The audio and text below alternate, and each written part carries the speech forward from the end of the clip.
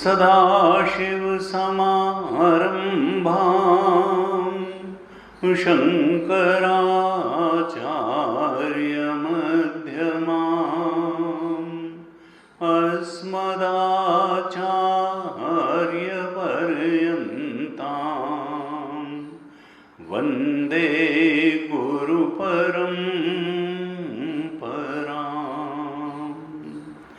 अज्ञानतिमिरान्धस्य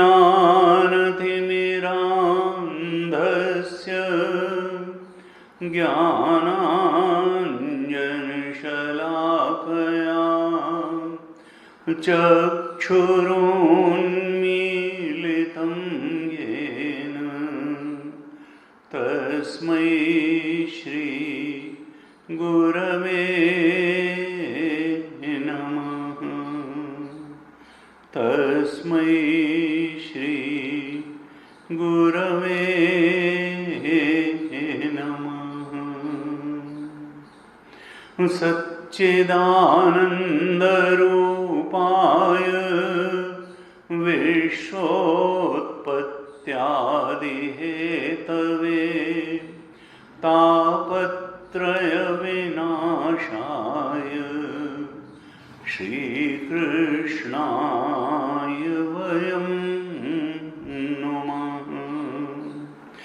यं प्रव्रजन्तमनुपेतमपेतकृत्यं द्वैपायनो विरहकातराजुहाव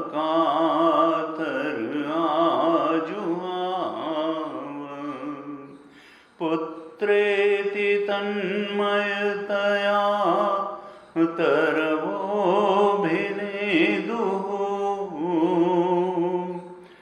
तं सर्वभूतहृदयं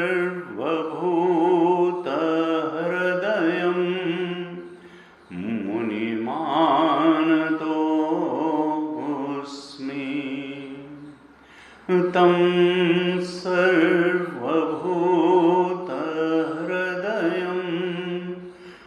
मुनिमानतोऽस्मि।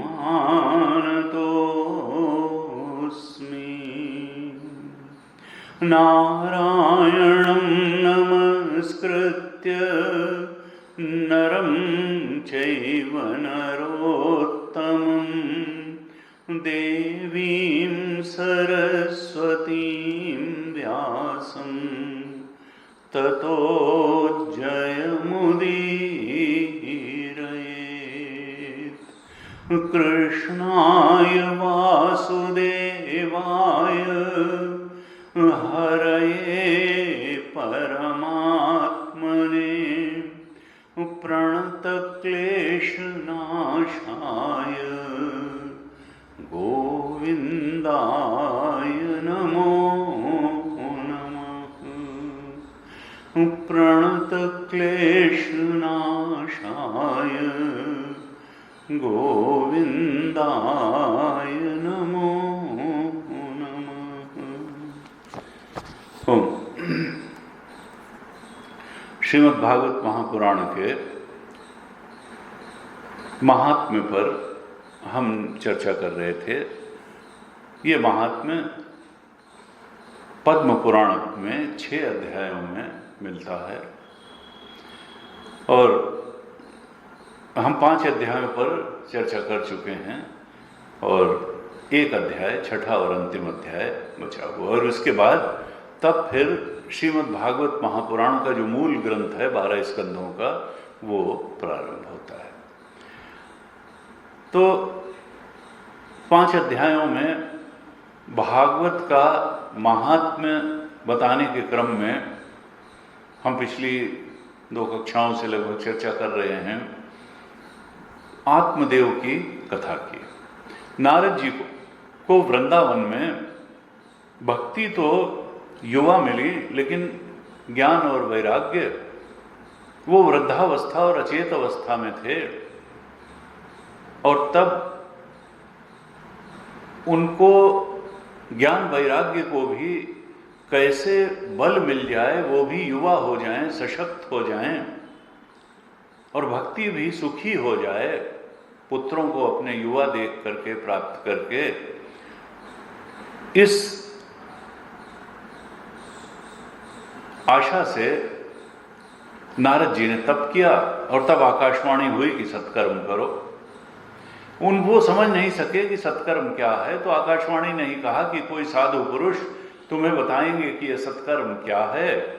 और तब नारद जी सारे ही श्रेष्ठ संतों से पूछने लगे, लेकिन कोई इसका उत्तर नहीं दे सका कि कौन सा वो सत्कर्म है जिसको करने से ये ज्ञान और वैराग्य, इनकी वृद्धावस्था और अचेतावस्था दूर हो जाएगी। अंत में वो बद्रिकाश्रम गए और वहाँ उनके बड़े भाई सनकादि ऋषि मिले और जब उनसे भी यही प्रश्न किया तो सनकादि ऋषि ने कहा कि देखो, सत्कर्म सबसे बड़ा है भागवत महापुराण का श्रवण। तुम भागवत महापुराण की कथा का आयोजन करो और जहाँ भी भागवत महापुराण की कथा का आयोजन होता है तो वहाँ भक्ति, ज्ञान, वैराग्य सब युवा होकर के नर्तन करते हुए आ जाते हैं। और तब सनकादि ऋषि ने हरिद्वार के पास आनंद घाट पर स्वयं कथा की और उस कथा के प्रारंभ में ही भक्ति भी नर्तन करते हुए आ गई, ज्ञान वैराग्य भी युवा होकर के आ गए और ये कथा वहाँ संपन्न हुई। और जब नारद जी ने इस कथा का महात्म्य पूछा कि यहाँ कैसी शांति छा गई है, कैसे सब लोग भगवद रस में भाव विभोर हो गए हैं इस कथा का आयोजन होते ही, तब सनकादि ऋषि ने भागवत कथा के महात्म्य का वर्णन करते हुए आत्मदेव ब्राह्मण की कथा कही, धुंधुकारी की कथा कही, धुंधुली की कथा कही और गोकर्ण की कथा कही और बताया कि किस प्रकार से इस भागवत महापुराण के श्रवण से मनुष्य तो क्या, पातकी लोग तो क्या, पापाचारी, अनाचारी, अत्याचारी, व्यभिचारी तो क्या, धुंधुकारी जैसे प्रेत भी इस कथा के श्रवण से मुक्त हो जाते हैं। यानी वायव्य शरीर वाले, स्थूल शरीर से रहित जो प्रेत योनि में कष्ट पा रहे प्राणी, वो भी इस भागवत कथा से मुक्त हो जाते हैं, उनको भी वैकुंठ की प्राप्ति हो जाती है। तो फिर देहधारी मनुष्यों की तो बात ही क्या कहें। इस प्रकार से ये पावनी श्रीमद् भागवत कथा का सनकादि ऋषि ने आयोजन किया, सबको श्रवण कराया और सब कृतार्थ हो गए। भगवान ने पहले तो धुंधुकारी के लिए विमान भेजा था और उसके बाद में जब दोबारा श्रावण मास में कथा हुई गोकर्ण जी ने की, तो सारे ही लोग जो थे उनको गोलोक धाम की प्राप्ति हो गई। सनकादि जी सनकादि ऋषि कथा की समाप्ति पर नारद जी को कहते हैं कि देखो, वैसे तो ये कथा, भागवत कथा हमेशा ही सुनने लायक है। रोज इसके कुछ श्लोकों का पाठ करना चाहिए, हो सके तो पूरे अध्याय का पाठ करना चाहिए और उस पर विचार भी करना चाहिए, अर्थबोध के साथ पाठ करना चाहिए और उस अर्थ पर चिंतन और मनन भी करना चाहिए। लेकिन अगर वैसा न हो सके तो कम से कम इतना अवश्य करना चाहिए कि सप्ताह श्रवण तो किया जाए। एक सप्ताह में कथा सुन ली जाए। और कथा किससे सुनी जाए? छठे और अंतिम अध्याय में महात्म्य के सनकादि ऋषि कहते हैं कि इस भागवत कथा को सुनाने का अधिकार किसका है। तो छठे अध्याय के 20वें श्लोक में सनकादि ऋषि कहते हैं, विरक्तो वैष्णवो विप्रः वेद शास्त्र विशुद्धिकृत दृष्टांत कुशलः धीरः वक्ता कायः अति निःस्पृहः। इसका वक्ता बहुत विद्वान होना चाहिए और वैरागी होना चाहिए। विरक्त संत से ये कथा सुननी चाहिए, वैष्णव भगवान के भक्त से ये कथा सुननी चाहिए, विप्रह ब्राह्मण से सुननी चाहिए। और कैसे विरक्त वैष्णव ब्राह्मण से सुननी चाहिए? जो वेद और शास्त्रों का ज्ञाता हो, उनमें सद्बुद्धि रखता हो, जो ये न कहता हो कि वेद किसने लिखे भाई, उपनिषद किसने लिखे, किस समय लिखे गए, इस प्रकार का कुतर्क करने वाले से न सुने। कहा दृष्टांत कुशला धीरा, जो दृष्टांत देने में कुशल हो, जो धैर्यवान हो, ऐसे वक्ता से ये भागवत कथा सुननी चाहिए। और फिर कहा कायः अति निःस्पृह, जिसको संसारासक्ति छोड़िए, अपने शरीर से भी बहुत आसक्ति न हो, काया से भी निष्प्रह हो, ऐसे वक्ता से ये कथा सुननी चाहिए। भागवत ये पद्म पुराण में महात्म्य में ही ये बात बताई। और हम देखते ही हैं कि आज तक कि बेचा ही वेद धर्म दुहिले ही, कलयुग में कैसे कैसे कथा सुनाने वाले होंगे जो वेद के को बेच करके पैसे कमाएंगे और धर्म को दुह करके। भागवत कथा के आयोजन में लाखों लाखों करोड़ों करोड़ों रुपए लेते हैं। यहां क्या कहा?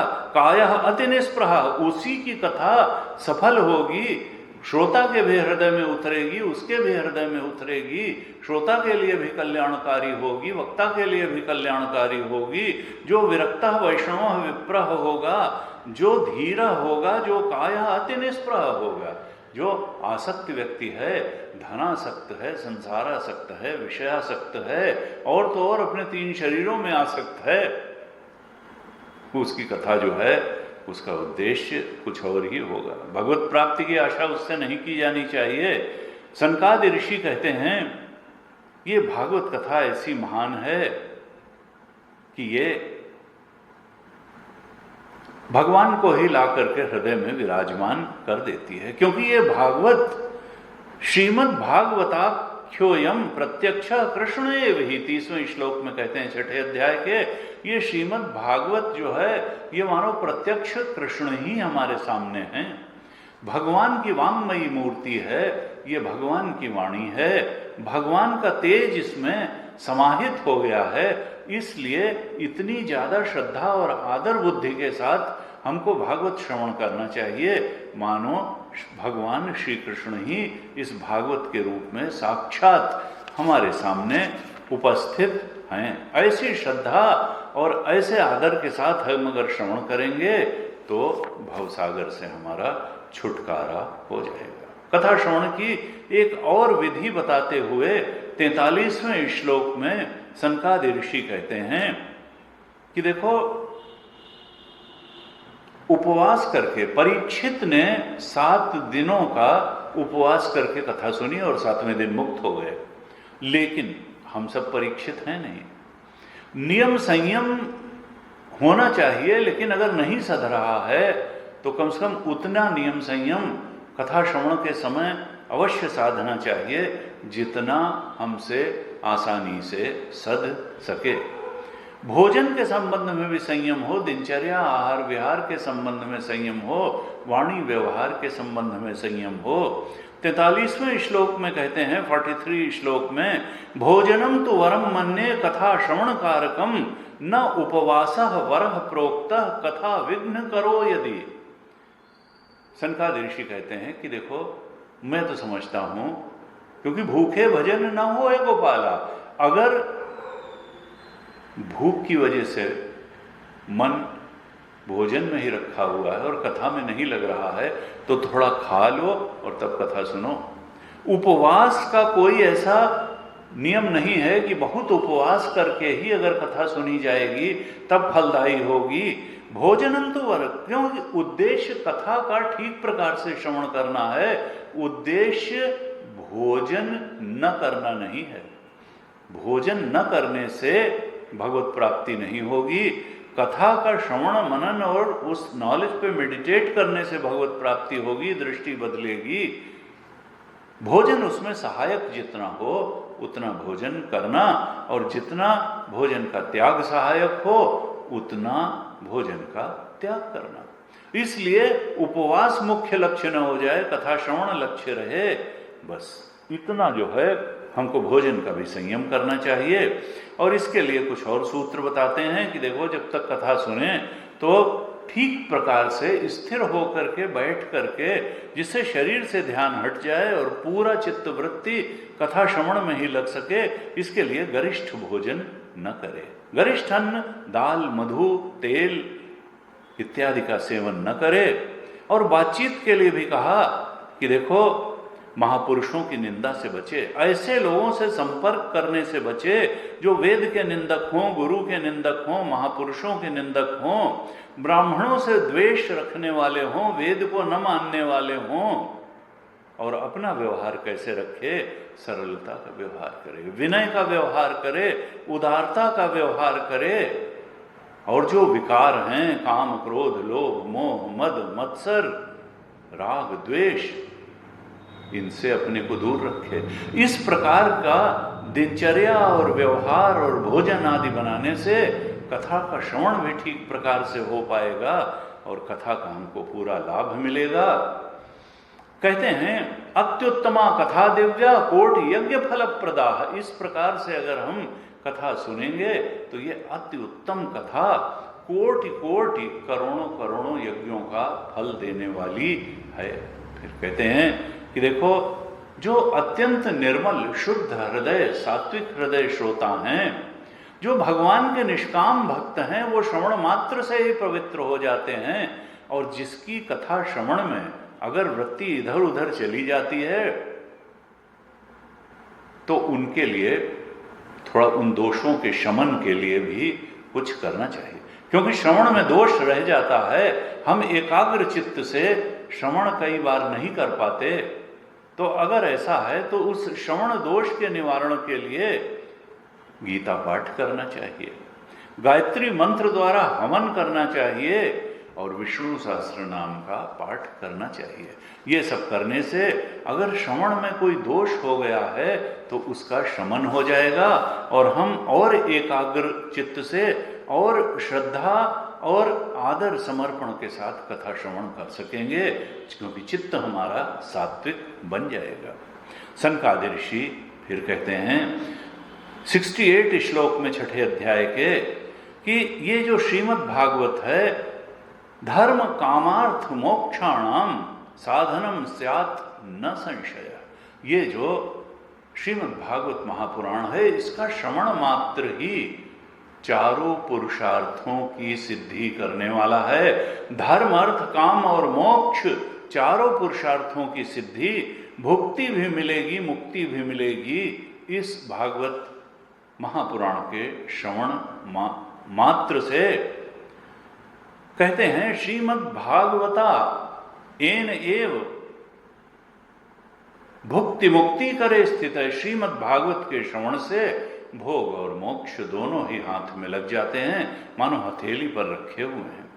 अब इस प्रकार से सनकादि ऋषि ने कहा। सूत जी कहते हैं कि इस प्रकार से फिर सनकादि ऋषि ने जब कथा का आयोजन किया। श्रीमद् भागवत महापुराण का हरिद्वार के आनंद घाट पर कथन किया।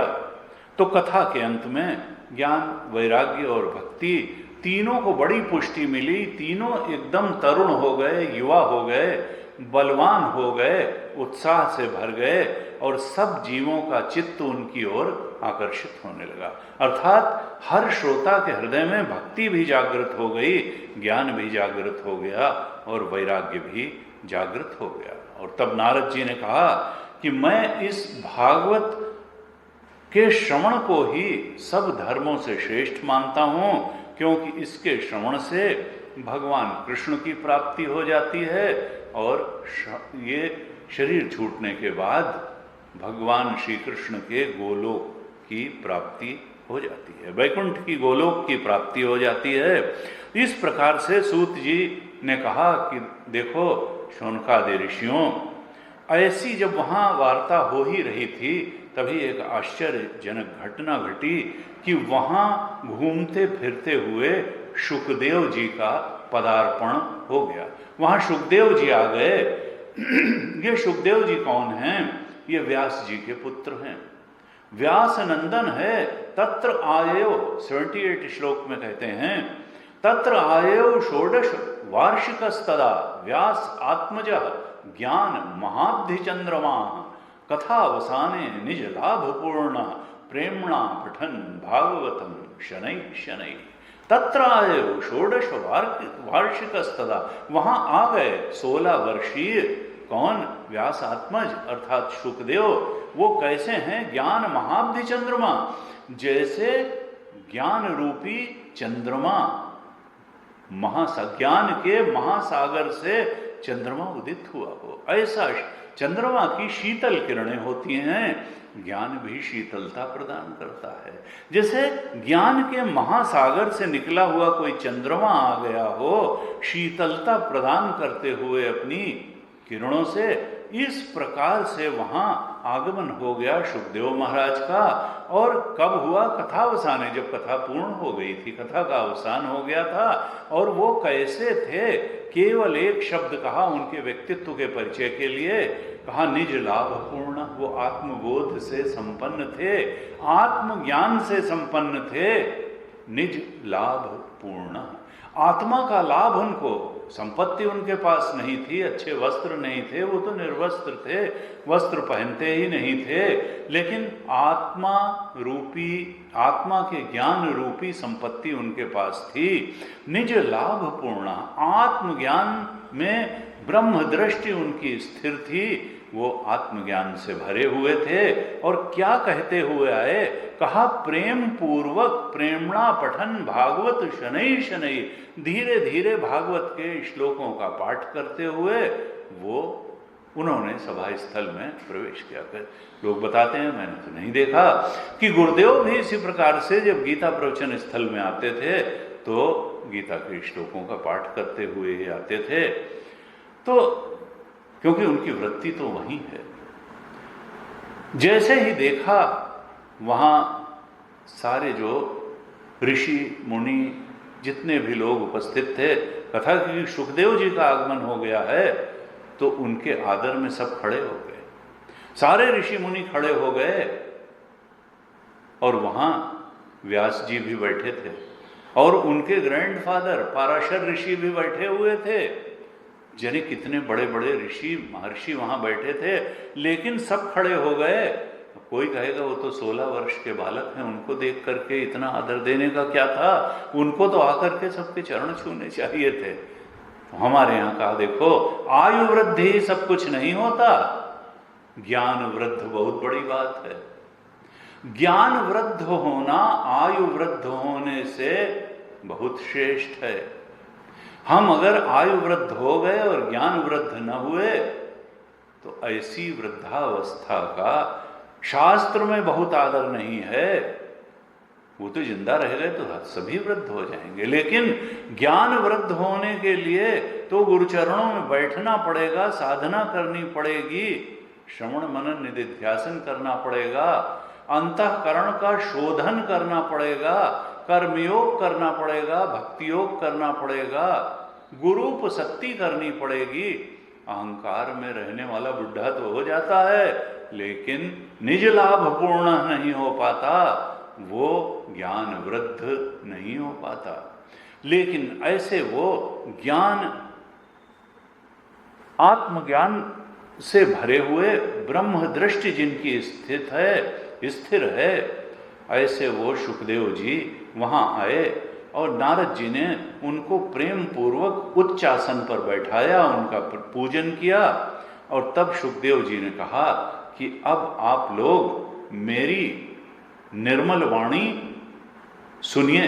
संशृण अमला गिरम, अमला मेरी गिरा, मेरी वाणी को सुनो, संशृण। और ये कैसी है? अमला, ये मेरी वाणी निर्मल वाणी है, अमल है। अब कोई कह सकता है कि देखो अपनी वाणी को ही जो है खुद निर्मल बता दिया। यहां तो अपनी तारीफ करते हुए, सामान्य रूप से यही है कि लोग अपनी तारीफ करते हुए नहीं थकते हैं, और जो अपनी तारीफ करता है तो उसको कोई महान नहीं कहता है। जब दूसरे उसकी तारीफ करते हैं तभी वो महान कहा जाता है। और यहाँ ये कहेंगे कि देखो सुखदेव जी ने तो कह दिया मेरी, तो ये केवल एक महत बुद्धि पैदा करने के लिए है, क्योंकि मेरी तो कोई बात नहीं है। असल में उनकी वाणी तो भगवान की ही वाणी है, आत्मा से निकलती हुई ही वाणी है, वो कोई व्यक्ति नहीं है। वो तो तरुओं से भी एक हो गए हैं। उनके प्रश्न का जब सुखदेव जी ने उनको पुकारा, जो हम मंगलाचरण में श्लोक कहते हैं, तो उनकी तरफ से पेड़ों ने उत्तर दिया। वो तो सर्वभूतात्म भूतात्मा है, उनकी वाणी वो आत्मबोध से निकली, वो व्यक्ति की वाणी नहीं है, वो समष्टि के अधिष्ठाता ईश्वर की ही वाणी है। इसलिए अहंकार नहीं इसमें है, इसमें सत्य का प्रतिपादन है। सुखदेव जी कहते हैं यह जो श्रीमद् भागवत है, ये वेद रूपी कल्पवृक्ष का पका हुआ फल है। पका हुआ फल का स्वाद अलग होता है। ये वेद रूपी कल्पवृक्ष का गलित फलम है, पका हुआ फल है। और फिर कहा कि इसमें रस ही रस है। ये कैसा है? न छिलका है, न गुठली है, और सुखदेव रूपी तोते के मुख से, उसकी अमृत वाणी से निकलने के कारण ये और भी रसीला हो गया है। इसका जो रस है वो बढ़ गया है। सुखदेव जी कहते हैं कि इस भागवत महापुराण की रचना व्यास भगवान ने की है। महामुनि व्यासदेव ने इसकी रचना की है और इसमें परम धर्म का निरूपण किया है, इसमें परम तत्व का निरूपण किया गया है। और इसके श्रवण से तीनों तापों की शांति होती है। जब कभी कोई इसके श्रवण की इच्छा भी करता है तो भगवान उसके हृदय में आकर के विराजमान हो जाते हैं। और इसमें कहा क्या गया है? इसमें परमहंसों के विशुद्ध ज्ञान का वर्णन किया गया है। हमको ये ध्यान देने की बात है कि लोग समझते हैं कि भागवत में राजा रानी की कहानी है, इसमें किस्सा गोई है, और कुछ आग्रह दुराग्रह करते हैं कि नहीं नहीं, इसमें तो केवल भक्ति की बात कही गई है। और यहां सुखदेव जी ने कहा कि यस्मिन् पारमहंस्यमेव ममलम ज्ञानम परम गीयते, छठे अध्याय के 82 श्लोक में कहा कि इस पारमहंस संहिता में, इस भागवत महापुराण में अमल ज्ञानम परम गीयते, परम ज्ञान का, जो परमहंसों का जो परम ज्ञान है उसी का गायन किया गया है। तो ये सर्वोच्च ज्ञान को देने वाला भागवत शास्त्र है। इस मुगालते में नहीं रहना चाहिए कि ये राजा रानी की कहानी है और ये तो, इसमें तो कुछ गाने बजाने कीर्तन टाइप की चीजें हैं। सर्वोच्च ज्ञान है और हमको वहीं दृष्टि रख करके इसका श्रवण करना है।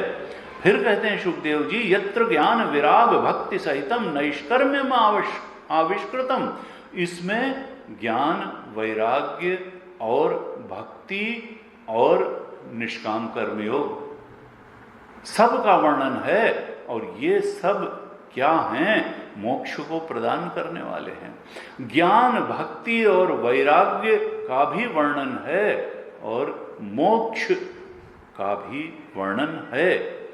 कैसे मिलेगा ये ज्ञान, भक्ति, वैराग्य और इनके माध्यम से मोक्ष?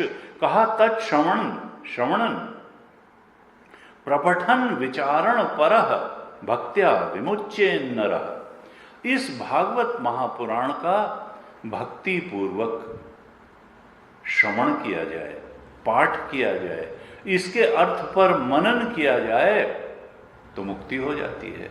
विमुच्येत नरः, मुक्ति हो जाती है, मनुष्य मुक्त हो जाता है। लेकिन 3 बातें कही।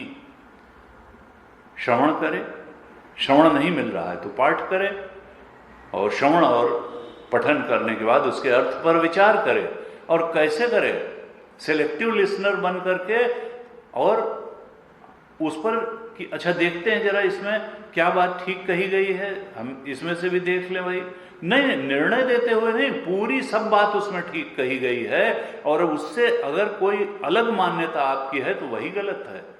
ऐसी भक्ति पूर्वक जब इसका श्रवण, पठन और विचार होगा तभी मुक्ति प्राप्त होगी। तो क्या कहना चाहते हैं कि एकाग्र चित्त होकर के सुनो, मन लगा करके सुनो, श्रद्धा पूर्वक सुनो, विश्वास पूर्वक सुनो, समर्पण की बुद्धि के साथ सुनो। ऐसे भक्ति पूर्वक श्रवण करने से मुक्ति न हो तो ऐसा हो ही नहीं सकता। ऐसा महान ये ग्रंथ है। सूत जी कहते हैं कि जब इस प्रकार से शुकदेव जी वहाँ बता रहे थे तभी एक और आश्चर्यजनक घटना घटी कि वहाँ सभा में भगवान स्वयं अपने पार्षदों के साथ प्रकट हो गए। उनके पार्षदों में प्रहलाद जी भी थे, उनके पार्षदों में इंद्र भी थे। अनेक अनेक अपने पार्षदों के साथ जब भगवान वहाँ अवतरित हुए तब नारद जी ने उनका पूजन करके एक उच्च सिंहासन पर बैठा दिया और वहाँ सब उनके सामने संकीर्तन करने लगे। प्रहलाद जी करताल बजाने लगे, उद्धव जी झांझ बजाने लगे, देवर्षि नारद वीणा बजाने लगे, इंद्र मृदंग बजाने लगे और अर्जुन जो है वो राग अलापने लगे। सनकादि ऋषि बीच बीच में जय घोष करने लगे और शुकदेव तरह तरह की अंग भंग करके पवित्र विशुद्ध सात्विक भाव बताने लगे। इस प्रकार से वहाँ इन सब ऋषियों, मुनियों, भक्तों के साथ ज्ञान, वैराग्य और भक्ति भी ऐसे नाचने लगे जैसे मानो कोई नट नाच रहा हो। ऐसा वो भक्तिपूर्ण कीर्तन, सत्संग देख करके, संकीर्तन देख करके भगवान बहुत प्रसन्न हो गए। और भगवान ने कहा कि मैं तुम लोगों के इस संकीर्तन से बहुत प्रसन्न हूं, तुम लोग कोई वर मांग लो। तब सब ने कहा कि भगवान हमारी आपसे यही प्रार्थना है कि अब से जहां जहां भागवत कथा हो वहां आप अपने पार्षदों के साथ अवश्य पधारें। और भगवान ने कहा तथास्तु। इसका अर्थ क्या है कि जहां भी भागवत कथा होती है वहां भगवान पधारते हैं। उन श्रोताओं के, उन भक्त श्रोताओं के हृदय में भगवान पधार जाते हैं और वक्ता के हृदय में भी भगवान पधार जाते हैं। और जहां भगवान पधार जाएं वहां कोई भी पाप क्या रह पाएगा, और पाप नहीं होगा तो कोई ताप रह पाएगा, किसी प्रकार का कोई कष्ट, समस्या रह पाएगी। इसलिए भक्ति पूर्वक भागवत जी का श्रवण सारे पाप ताप का नाश करने वाला है।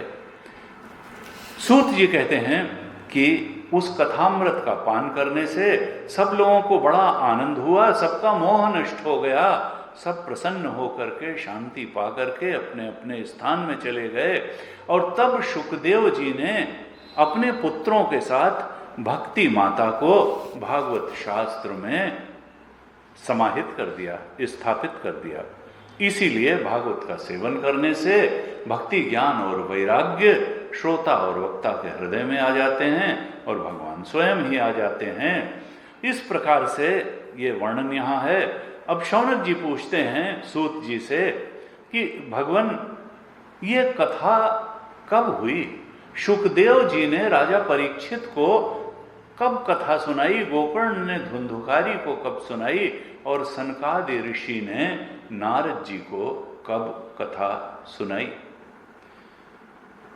सूत जी कहते हैं कि भगवान कृष्ण द्वापर के अंत में जब उन्होंने लीला विग्रह कर लिया, गोलोक धाम गए, तो भगवान के अपने लोक को जाने के लगभग 30 वर्ष बाद शुकदेव जी ने कथा सुनाई, और इसके बाद कलयुग में करीब 200 वर्ष और बीत गए, तब गोकर्ण जी ने कथा सुनाई, और इसके भी 30 वर्ष बाद सनकादि ने कथा आरंभ की।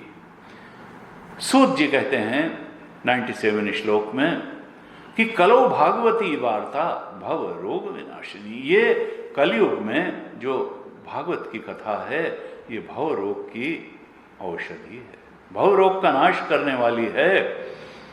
कृते तस्य यमेन न चर्चा। कहते हैं कि देखो, जो भागवत कथा का श्रवण करते हैं, जो वैष्णव भक्त हैं, भागवत में सद्बुद्धि सत्य बुद्धि रखने वाले हैं, भागवत भगवान के भक्त हैं और भागवत कथा के भी भक्त हैं, यमराज कहता है कि ये वैकुंठी जाएंगे। अपने दूतों से कहता है कि इनके प्राण लेने की सामर्थ्य मुझ में नहीं है, तुम तो जो भागवत कथा के श्रद्धालु नहीं हैं, जिन्होंने भागवत कथा का श्रवण नहीं किया है, उन्हीं को पकड़ पकड़ के मेरे पास लाओ। इन भागवत भक्तों, भगवान के भक्तों, कथा श्रवण में रुचि रखने वाले और अपना चित्त वहां समाहित रखने वालों को तो देवदूत ही लेकर के जाएंगे, वो तो भगवत धाम जाएंगे, तुम लोग उनके आसपास भी मत जाना। 100 श्लोक, 6 अध्याय के 100 श्लोक में सूत जी कहते हैं, असारे संसारे विषय विष संग आकुल धिया। ये संसार कैसा है? असारे संसारी, संसार में कुछ सार नहीं है। देखत सोना लगे सकल जग कांच है, अरे भाई पलटू जीवन कहिए झूठ तो मरना सांच है। असारे संसारे, ये संसार में सार कुछ नहीं है। यहाँ लोगों की स्थिति कैसी है? विषय विष संग आकुल धिया। यहाँ सांसारिक विषयों से आसक्त हो करके, विषयों का संग करके लोगों की बुद्धि परेशान है, आक्रांत है। एक विषय से थोड़ा सा सुख नहीं मिलता कि दूसरे विषय की कामना हो जाती है, वो भी कामना पूरी नहीं होती कि तीसरी, चौथी, 5वीं, 10वीं, अनेक अनेक कामनाएं, जिन कितनी डिजायर्स हैं, पूरी बहुत कम होती हैं, बढ़ बहुत ज्यादा जाती हैं। विषय विष संग आकुल धिया, और लोगों की बुद्धि इसी में परेशान रहती है। काल क्रीडति गच्छति आयु तदपि न मुंचति आशा वायु। काल बीत जाता है लेकिन ये आशा नहीं बीतती है। शरीर बीत जाता है लेकिन आशा नहीं बीतती है। तदपि मुंचति आशा, आशा तो जैसी की तैसी नवयौवना बनी रहती है, वो तो बूढ़ी होती ही नहीं है। शरीर बूढ़ा हो जाता, गच्छति आयु, आयु बीत जाती है लेकिन आशा नहीं बीतती है। क्षणार्धम क्षेमार्धम पिबत शुक गाथा अतुल सुधाम। लेकिन जो आधे क्षण को अपने कल्याण के लिए इस शुक गाथा का रूपी अतुल सुधा को पी लेता है, ये अतुलनीय अमृत है, ये देवताओं का अमृत नहीं है। देवताओं के अमृत से तो केवल बुढ़ापा नहीं आता है, इंद्रियां शिथिल नहीं होती हैं, शरीर निर्बल नहीं होता है, लेकिन मन की शांति उस अमृत से नहीं मिलती है। परम और चरम सुख आत्मबोध उस अमृत से नहीं होता है। राग द्वेष उस अमृत को पीने के बाद भी बना रहता है। देवता लोग भी वैसे ही पद लोलुप बने रहते हैं, वैसे ही धन लोलुप, स्त्री लोलुप सब बने रहते हैं। लेकिन ये तो ऐसी अतुल सुधा है कि ये तो श्रवणगत मुक्ति युक्ति कथने, इसको सुनने से तो मुक्ति हो जाती है, संसार से मुक्ति और आत्म सुख की प्राप्ति, शाश्वत सुख की प्राप्ति, शाश्वत शांति की प्राप्ति। ऐसा ये भागवत महापुराण है, ऐसी इसकी कथा है। कहते हैं किमर्थ व्यर्थम भो व्रजेत। इसलिए हे मनुष्य, तुम व्यर्थ में और कहीं क्यों लगे हुए हो, क्यों आसक्त हो? कुपथे कुत्सित कथे, और कुपथ में और कुत्सित कथाओं में, झूठ मूठ की संसारी चर्चा में क्यों पड़े हुए हो? तुम तो इस भागवत कथा की चर्चा में मन को लगाओ, इस कथा में मन को लगाओ, इस अतुलनीय सुधा का पान करो। निंदित कथाओं और निंदित चर्चाओं से तुम्हें क्या लेना देना? अंत में 6ठे अध्याय के सूत जी कहते हैं, जगत सुख कथा तो निर्मलम नास्ति किंचित, पिब पर सुख हेतो द्वादश स्कंध सारम। ये जो द्वादश स्कंध रूपी भागवत महापुराण है, ये अत्यंत निर्मल है। शुकदेव जी इसके मुख्य वक्ता हैं, और ये देता क्या है? पर सुख हेतु हो। ये तो परम आनंद को देने वाली है कथा, पर सुख का हेतु है, परमानंद को देने वाली है, और ये रस रूप है। ये भागवत जी के 12 स्कंध जैसे बड़े रसीले हैं, रस रूप हैं, ये पवित्र करने वाले हैं, ये निर्मल करने वाले हैं। इसके अलावा और क्या चाहिए व्यक्ति को? कहते हैं कि जो भक्ति भाव से इस कथा का श्रवण करता है और श्रवण कराता है, अर्थात सुनता और सुनाता है, श्रोता वक्ता दोनों ही यथार्थ फल पाते हैं, उनके लिए कहा भुवने किमपि असाध्यम। तीनों लोकों में कुछ भी ऐसा नहीं रह जाता कि जो उनको प्राप्त न हो। यानी जो भी फल व्यक्ति चाहता है सब मिल जाता है, भुक्ति मुक्ति सब मिल जाती है। ऐसी ये अतुलनीय अमृत स्वरूप कथा है। इस प्रकार से ये महात्म्य के 6 अध्याय संपूर्ण होते हैं, और इन 6 अध्याय के बाद अब मुख्य रूप से जो श्रीमद् भागवत महापुराण है उसमें हम प्रवेश करेंगे। ये श्रीमद् भागवत महापुराण 12 स्कंधों में है, और हर स्कंध में अध्यायों की संख्या पृथक पृथक है। दूसरे स्कंध में सबसे कम अध्याय हैं और दशम स्कंध में सबसे ज़्यादा हैं, हमने पहले भी चर्चा की। यह श्रीमद् भागवत महापुराण भगवान तक पहुंचाने वाला है, आत्मा तक पहुंचाने वाला है, ब्रह्म तक पहुंचाने वाला है। यह श्रवण मात्र से इस फल को देने वाला है। हमारे यहां परंपरा में 3 प्रस्थान बताए गए हैं, श्रुति प्रस्थान, स्मृति प्रस्थान और सूत्र प्रस्थान। प्रस्थान का अर्थ होता है मार्ग, और मार्ग क्या होता है? जो लक्ष्य तक पहुंचा दे उसी को मार्ग कहते हैं, नहीं तो भटकना है। अगर लक्ष्य तक नहीं पहुंचाता है तो उसको मार्ग नहीं कहते हैं, वो तो सड़क है, और सड़क पे भटका भी जा सकता है और सड़क लक्ष्य तक भी पहुंचा सकती है। तो लक्ष्य क्या है? लक्ष्य है आत्मज्ञान, लक्ष्य है आत्म शांति, लक्ष्य है आत्म सुख, लक्ष्य है परमात्मा प्राप्ति, लक्ष्य है कृष्ण परमात्मा से अपने एकत्व को जान लेना।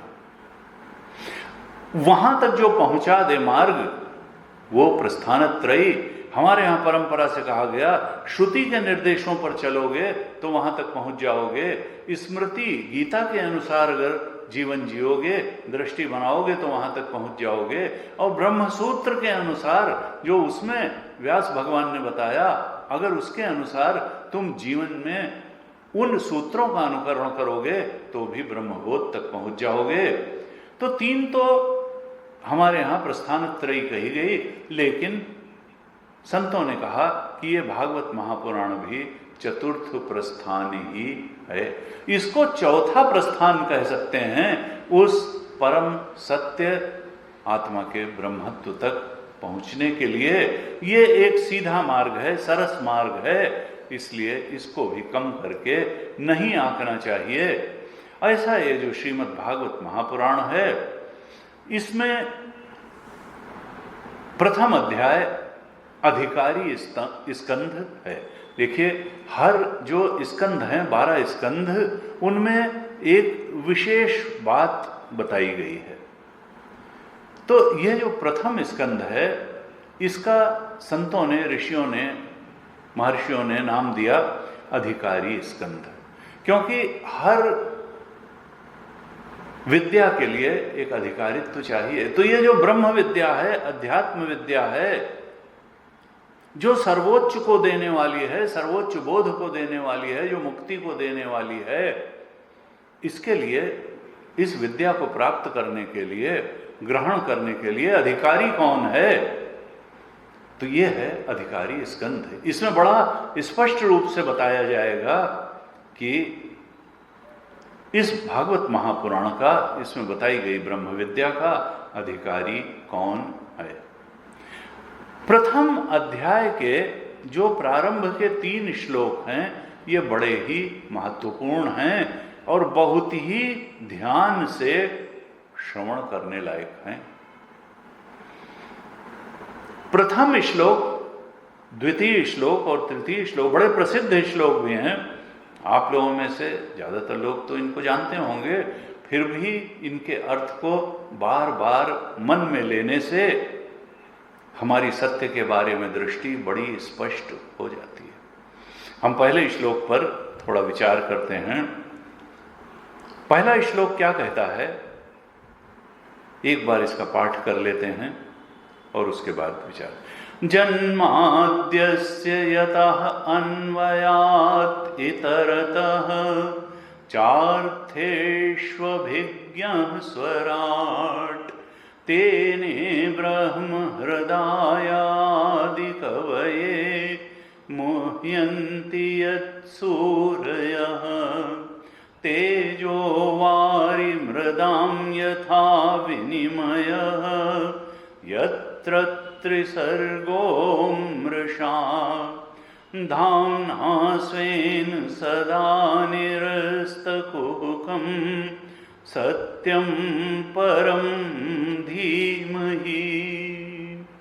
आप लोगों में से जिसके पास भी पुस्तक हो वो साथ साथ भी पाठ करिएगा। एक बार और पाठ कर लेते हैं इस श्लोक का, क्योंकि ये बड़ा महत्वपूर्ण है। जन्माद्यस्य यतः अन्वयात् इतरतः चार्थेष्वभिज्ञः स्वराट् तेने ब्रह्म हृदयादि कवये मुह्यन्ति यत्सूरयः तेजो वारिमृदां यथा विनिमयः यत्र त्रिसर्गो मृषा धाम्ना स्वेन सदा निरस्तकुहकं सत्यं परं धीमहि सत्यं परं धीमहि। व्यास भगवान मंगलाचरण के इस प्रथम श्लोक में कहते हैं, जन्माद्यस्य यतः अन्वयात् इतरतः च अर्थेषु अभिज्ञः स्वराट्। इस श्लोक में मानो गागर में सागर भर दिया गया है। इसमें सत्य का निरूपण कर दिया, इसमें भगवान के सत्य का निरूपण कर दिया, इसमें संसार के सत्य का निरूपण कर दिया, इसमें जीव के सत्य का निरूपण कर दिया, इसमें माया का स्वरूप बता दिया और इसमें धर्म का स्वरूप भी बता दिया और इसमें साधना का स्वरूप भी बता दिया। अगर इस श्लोक को ठीक प्रकार से समझ लें तो जीवन को ठीक प्रकार से समझ लें, जीवन के लक्ष्य को समझ लें, मार्ग को समझ लें और मुक्त हो जाएं। क्या कहते हैं? जन्माद्यस्य यतः, यतः जन्म आदि अस्य। यतः का अर्थ है जिससे, जिससे इसकी, अस्य जन्म आदि, जिससे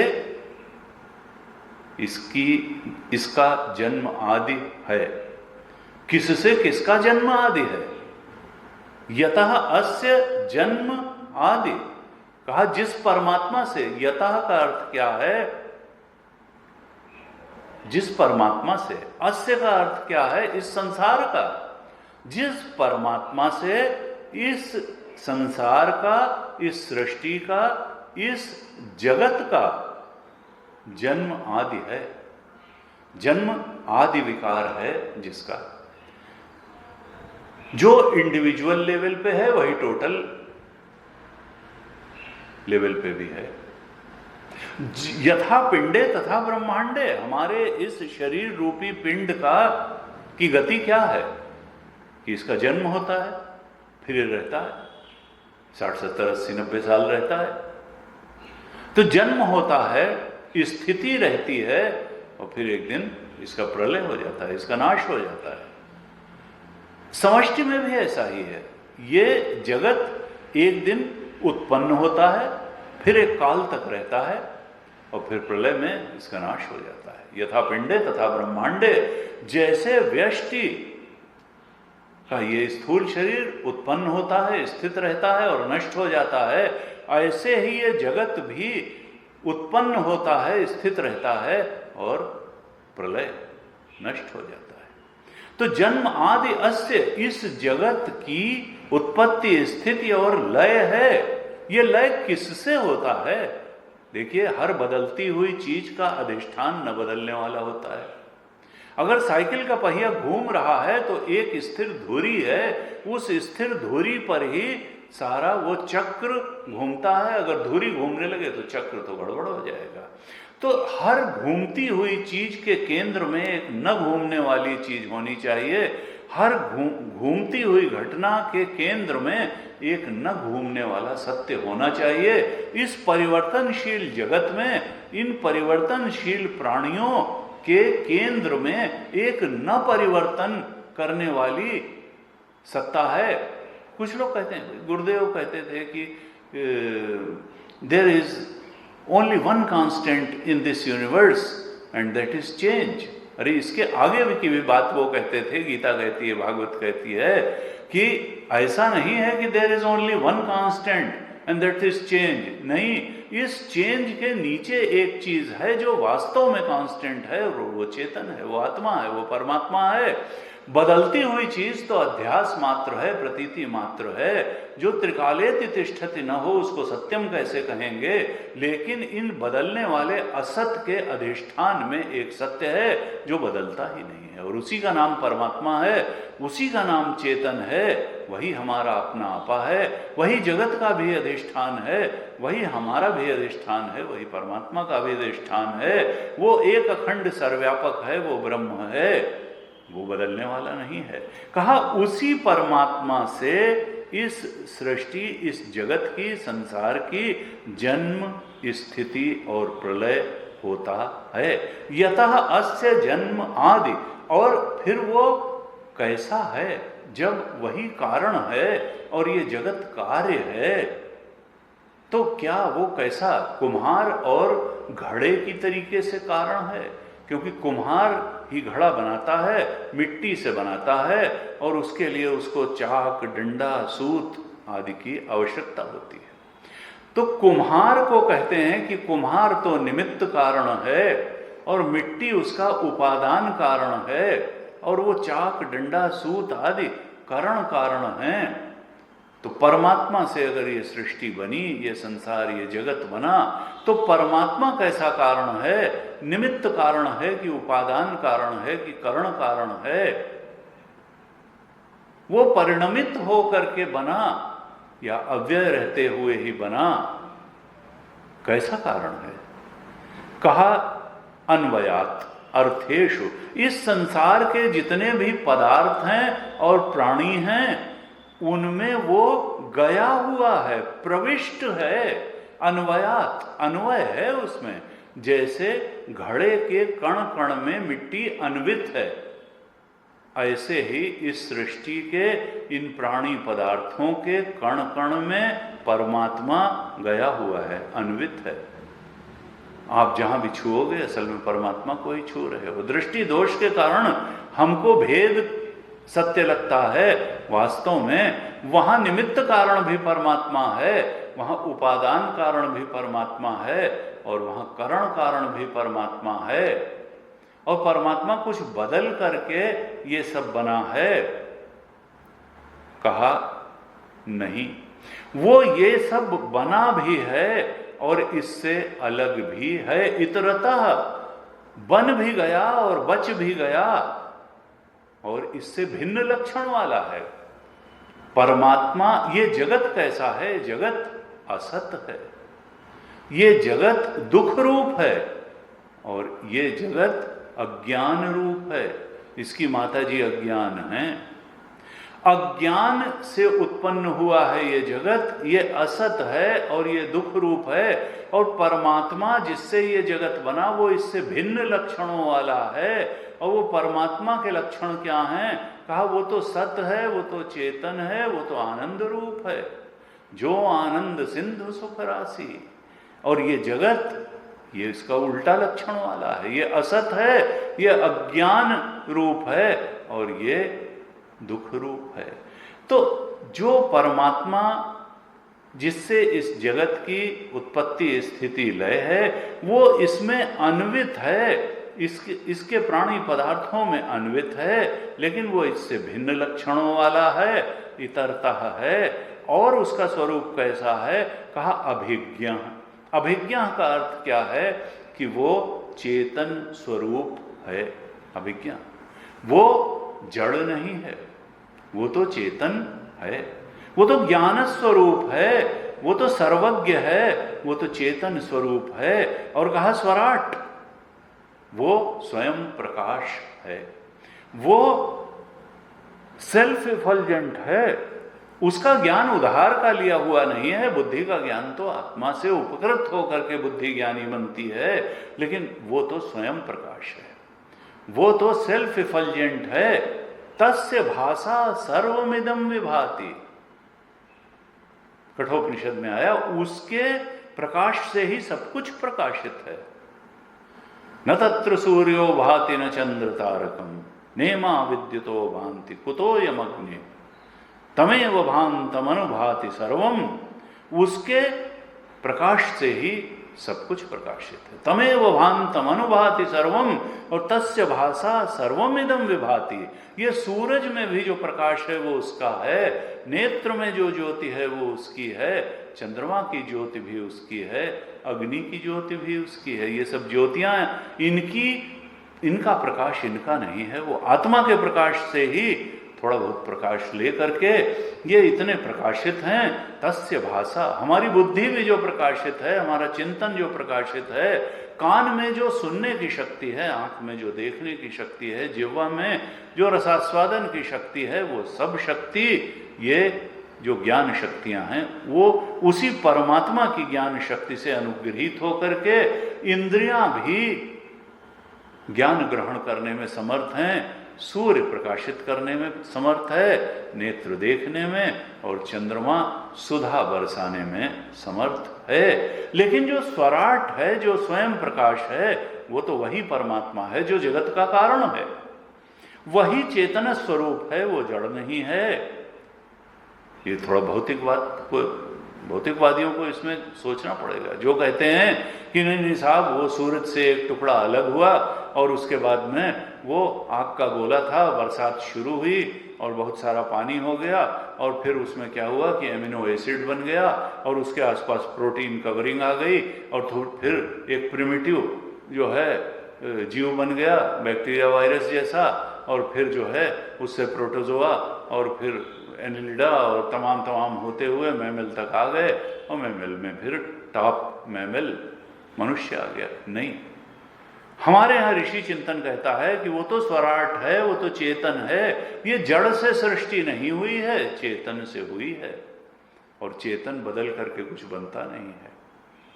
चेतन अव्यय, गीता में बहुत बार भगवान ने कहा अव्यय हूं मैं, यानी जब बिना बदले कोई चीज कुछ बन जाती है, इसका मतलब कि वो बनी बनी नहीं है, वो अज्ञानी की दृष्टि में ही है। इसीलिए रज्जु सर्पवत कहते हैं। ये सृष्टि कैसी है?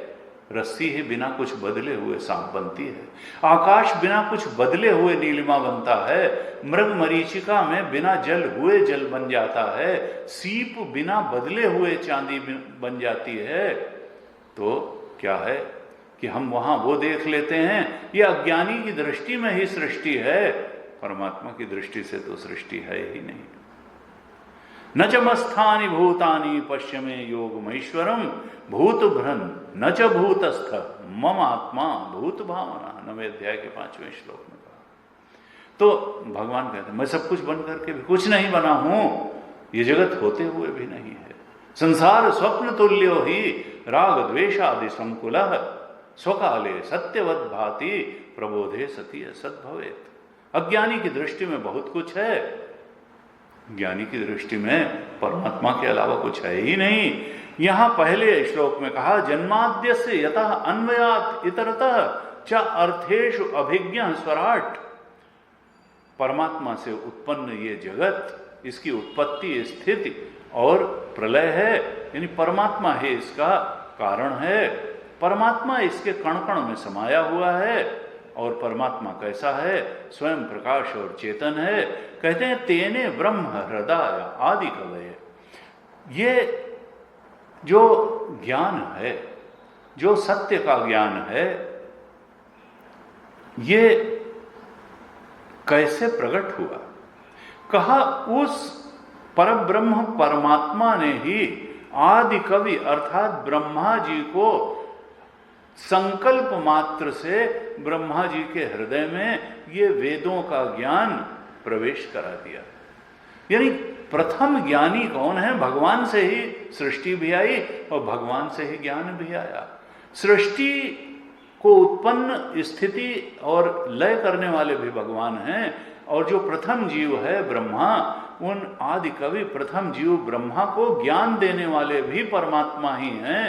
उन्हीं प्रभु ने, परमात्मा ने ब्रह्मा जी के हृदय में संकल्प मात्र से परम सत्य का ज्ञान प्रवेश करा दिया, दे दिया वेदों का ज्ञान ब्रह्मा जी को। कौन सा वो श्रेष्ठ ज्ञान था वेदों का? मुह्यन्ति यत् सूर्य, जिसके बारे में बड़े बड़े ऋषि मुनि विद्वान शूरवीर जो हैं विद्वत्ता के, वो भी मोहित हो जाते हैं, भ्रम में पड़ जाते हैं कि परमात्मा का स्वरूप क्या है, जगत का स्वरूप क्या है और हमारा स्वरूप क्या है। इस बारे में बड़ी बड़ी भ्रांतियां हैं। वो भी जो मोहित हो जाते हैं, ऐसे उस सर्वश्रेष्ठ ज्ञान को, वेदों के ज्ञान को संकल्प मात्र से उसी परमात्मा ने, प्रभु ने ब्रह्मा जी के हृदय में प्रवेश करा दिया, ब्रह्मा जी को वो ज्ञान दे दिया। फिर कहते हैं इसी पहले श्लोक में तेजो वारि मृदाम यथा विनिमया। ये जगत जो उत्पन्न हुआ है परमात्मा से, ये जगत की स्थिति क्या है? कहा तेजो वारि मृदाम। तेजो वारि जैसे किरणों में जल का आभास हो जाए, अन्यत्र अन्य अवभाषा। कहा यही तो अध्यास है। अध्यास का मतलब क्या है? कि जहां भासमानता है लेकिन विद्यमानता नहीं है। जो भासमान है, अनुभव में आ रहा है, व्यवहार भी हो रहा है, लेकिन विद्यमान नहीं है। जैसे रस्सी में सांप, जैसे स्वप्न अनुभव में भी आता है, स्वप्न में व्यवहार भी होता है, लेकिन वास्तव में वहां कुछ है नहीं। वो तो मन का खेल है। वहां कोई जल नहीं है, किरणें हैं लेकिन लगता है जैसे जल है। तेजो वारि, सूर्य की प्रखर किरणों में लगता है जैसे जल हो। और क्या हुआ?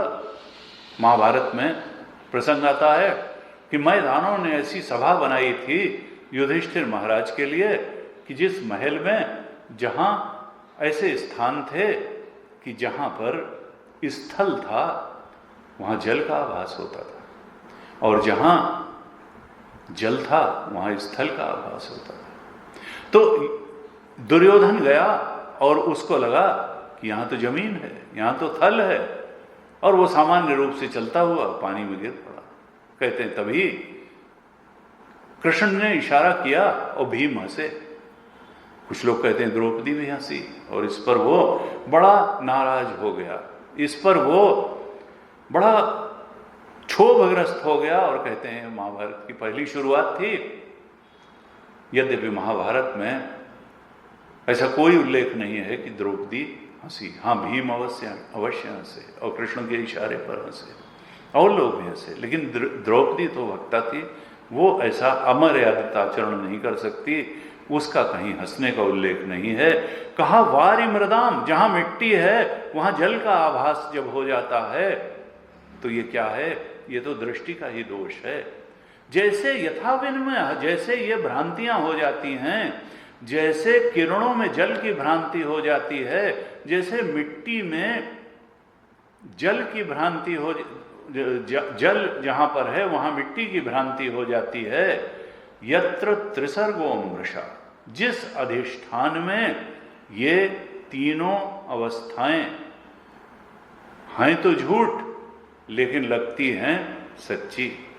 यत्र त्रिसर्ग अमृषा, वो परमात्मा का अधिष्ठान, परमात्मा अधिष्ठान जिसमें ये जगत और जीव ये तीनों गुणों अर्थात माया से बने हैं। हमारे तीन शरीर भी माया से बने हैं, ये जगत भी माया की उत्पत्ति है। माया का अर्थ क्या है? जो भासमान है लेकिन विद्यमान नहीं है, जो कुछ है नहीं। ब्रह्माश्रय माया, जो वो चीजें दिखा देती है जो वहां है ही नहीं, उनको सत्य बोध करा देती है। ये त्रिसर्गो, ये तीनों अवस्थाएं जागृत स्वप्न सुषुप्ति, ये हैं तो मृषा लेकिन लगती हैं अमृषा। क्यों? क्योंकि अधिष्ठान रूप में हमारा आत्मा बैठा हुआ है, इस जगत के अधिष्ठान के रूप में वो परमात्मा बैठा हुआ है। इसलिए त्रिगुण माया से बना जगत भी सत्य है, जीव के शरीर भी सत्य लगते हैं, तीनों अवस्थाएं भी सत्य लगती हैं, अमृषा लगती हैं। लेकिन परमात्मा की वास्तविकता क्या है? कहा धामना स्वयं सदा निरस्त कुहकम, कुहकम का अर्थ है माया। वो अपने धाम में, वो अपने स्वरूप में तो परमात्मा में माया नाम की कोई चीज ही नहीं है। सदा निरस्त कुहकम, अपने धाम में, अपने स्वरूप में तो परमात्मा में माया का स्पर्श भी नहीं है। निरस्त कुहकम, माया से को दूर हटा के ही परमात्मा रहते हैं। निरस्त कुहकम, माया सत्य है नहीं। प्रभु अपनी दृष्टि से वहां माया है ही नहीं। अज्ञानी जीव की दृष्टि में माया भी है, माया का जगत भी है, माया के शरीर भी हैं और जीव की आकांक्षाएं भी हैं और उनकी पूर्ति भी है। कहा ऐसे सत्यम परम धीमहि, ऐसे उस परमात्मा का हम ध्यान करते हैं। देखिए यहां कृष्णम परम धीमहि नहीं कहा, रामम परम धीमहि नहीं कहा। भागवत जी का बिल्कुल स्पष्ट संदेश है कि वो सच्चित आनंद है। सच्चिदानंद रूपाय विश्वोत्पत्त्यादि हेतवे तापत्रय विनाशाय श्री कृष्णाय वयम नमः। वहां भी कहा था कि वो जो सच्चिदानंद परमात्मा कृष्ण है वही विश्व की उत्पत्ति आदि अर्थात उत्पत्ति स्थिति और प्रलय का कारण है, हेतु है, उसको हम प्रणाम करते हैं।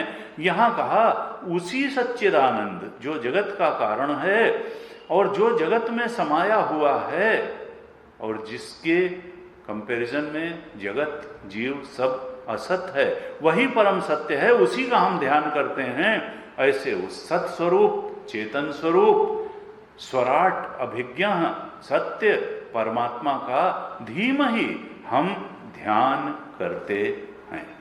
इस परमात्मा के ध्यान से ही मुक्ति है, इसी के ध्यान से ही शांति है, इसी के ध्यान से ही सुख है। हम भगवान से प्रार्थना करते हैं कि हम सब लोग भी इस ध्यान में, परमात्मा के स्वरूप के ध्यान में क्रमशः और दृढ़ता से स्थित होते चले जाएं और इस तरह से आत्मबोध रूपी मुक्ति की तरफ बढ़ते चले जाएं। आज यहीं तक रखते हैं, कल की कक्षा में आगे चर्चा करेंगे। सबका बहुत बहुत धन्यवाद। ओम पूर्णमदः पूर्णमिदं पूर्णात् पूर्णमुदच्यते पूर्णस्य पूर्णमादाय पूर्णमेवावशिष्यते। ओम शांति शांति शांति। हरि ओम श्री गुरुभ्यो नमः। हरि